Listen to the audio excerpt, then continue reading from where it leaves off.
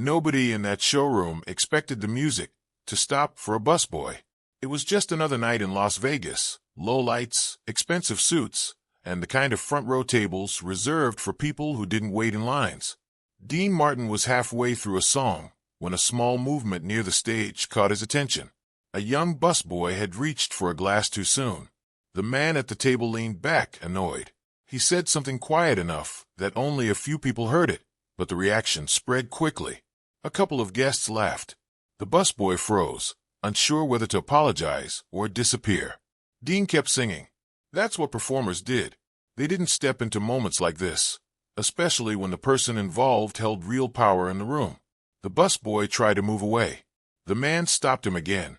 Now more people were watching the table than the stage.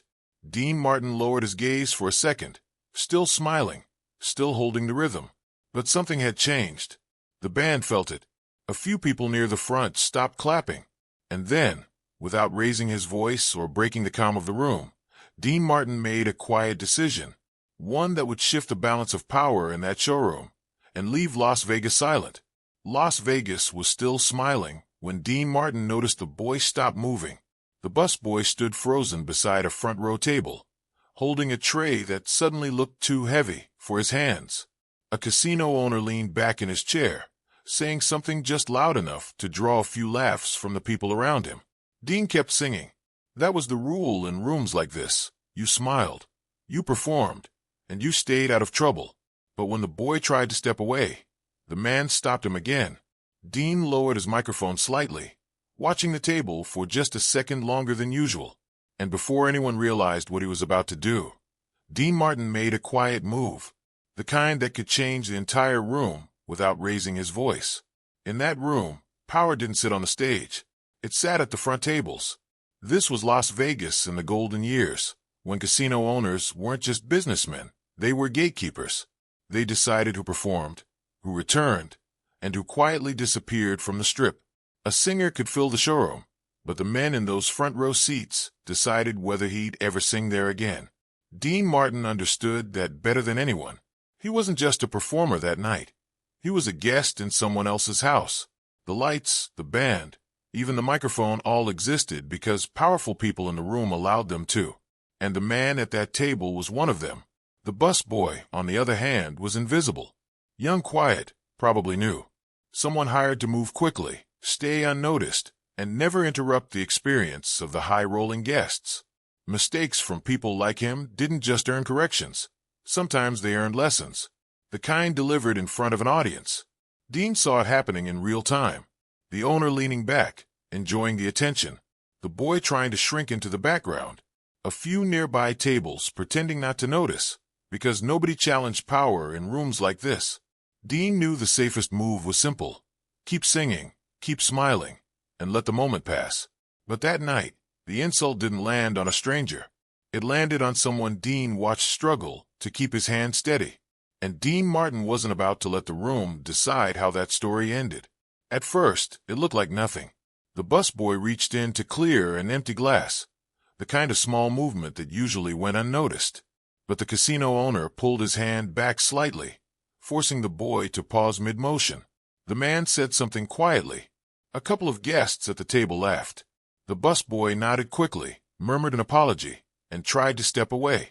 Dean Martin kept singing, his voice smooth, effortless, but his eyes drifted toward the table for a fraction of a second.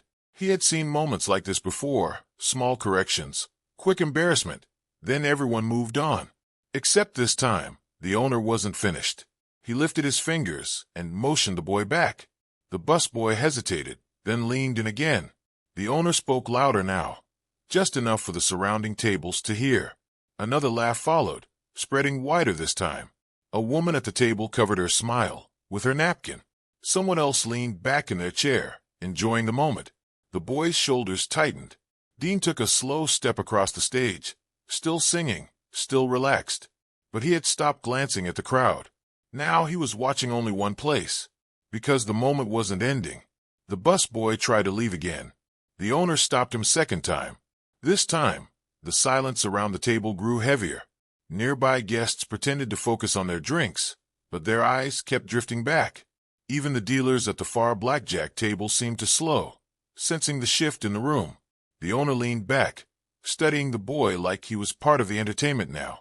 Another comment followed, longer, sharper. More laughter. The busboy nodded again, but his hands were no longer steady. The tray tilted slightly, glasses clinking softly together. Dean's band noticed the change before the audience did. One of the musicians glanced up from his chart. Another looked toward Dean, waiting for a signal that never came.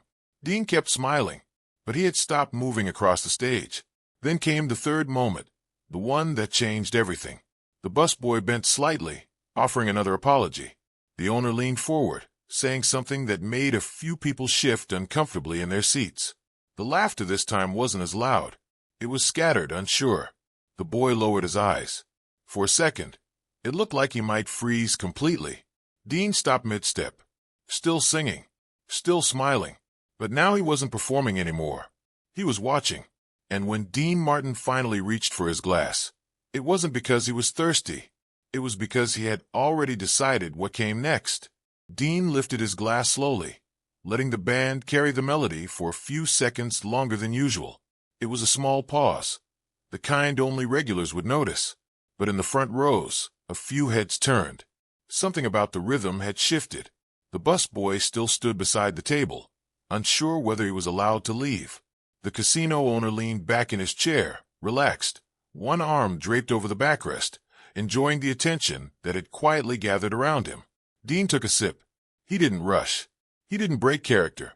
The same calm expression stayed on his face as he lowered the glass and stepped toward the edge of the stage. One of the musicians glanced up again. Another softened his playing, following Dean's pace without being told. Near the front, a woman stopped clapping mid-beat when she realized Dean wasn't moving into the next line of the song. The busboy shifted his weight from one foot to the other. He looked toward the floor, then toward the exit, as if measuring how quickly he could disappear without drawing more attention. The owner noticed it too. He leaned forward slightly, saying something else, quieter this time, but deliberate. A few people at the table smiled again, though less confidently than before.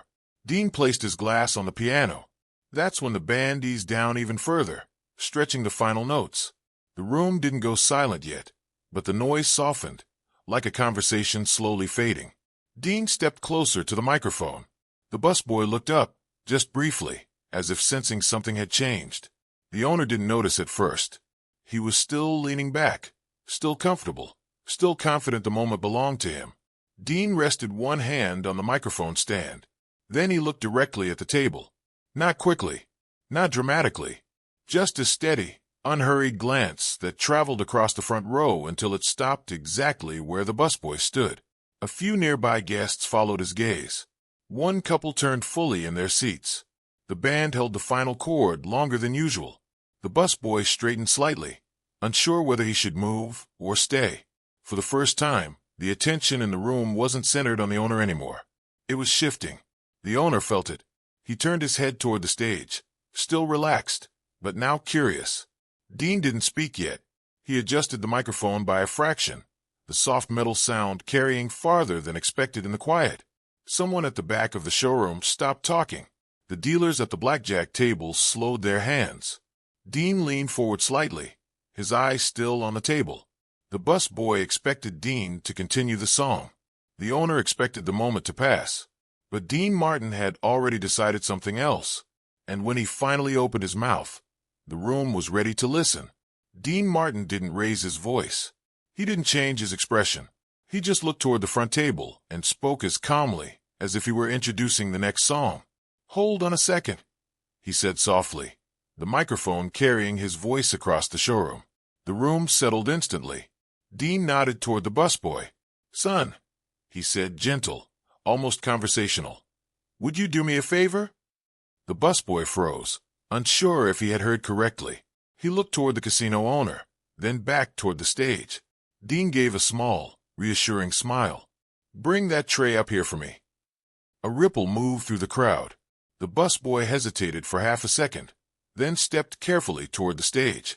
The glasses clinked lightly as he walked, the sound unusually loud in the quiet room. Dean stepped forward to meet him. He reached out, took one of the glasses from the tray, and nodded his thanks, treating the moment like the most normal thing in the world. Then he turned back toward the audience. "You know," Dean said, holding the glass lightly, "this young man's working harder than I am tonight." A few soft chuckles spread through the crowd. Dean glanced toward the front table again.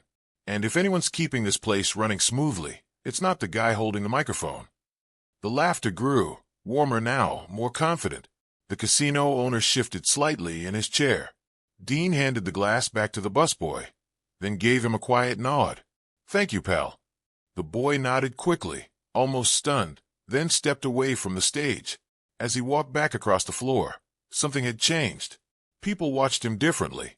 And when Dean lifted the microphone again, the balance of the room had shifted, without a raised voice, without a threat, just one quiet gesture that made power look smaller than kindness. For a moment, nobody moved. The busboy walked back toward the service aisle, still holding the tray, his steps careful but no longer uncertain. A few guests near the front gave him small nods as he passed, the kind of acknowledgement he hadn't received all night. At the front table, the casino owner leaned back again, but the confidence from earlier had faded. The attention that once worked in his favor had shifted. Now, a few nearby guests avoided eye contact. Others looked toward the stage, following Dean instead. Dean didn't linger on the moment. He simply nodded to the band. The music resumed, smooth and effortless, as if nothing unusual had happened. But the energy in the room had changed. Applause came quicker, warmer. People leaned forward again, not just for the performance, but for the man delivering it, because everyone in that showroom understood what Dean had just done. He hadn't embarrassed the owner directly. He hadn't called anyone out, but he had done something more powerful. He had given the busboy dignity in front of the very people who had watched him lose it, and that mattered in a city built on status. Backstage, word traveled quickly. Staff members who had been moving quietly behind curtains heard what happened. A few exchanged looks. Someone smiled.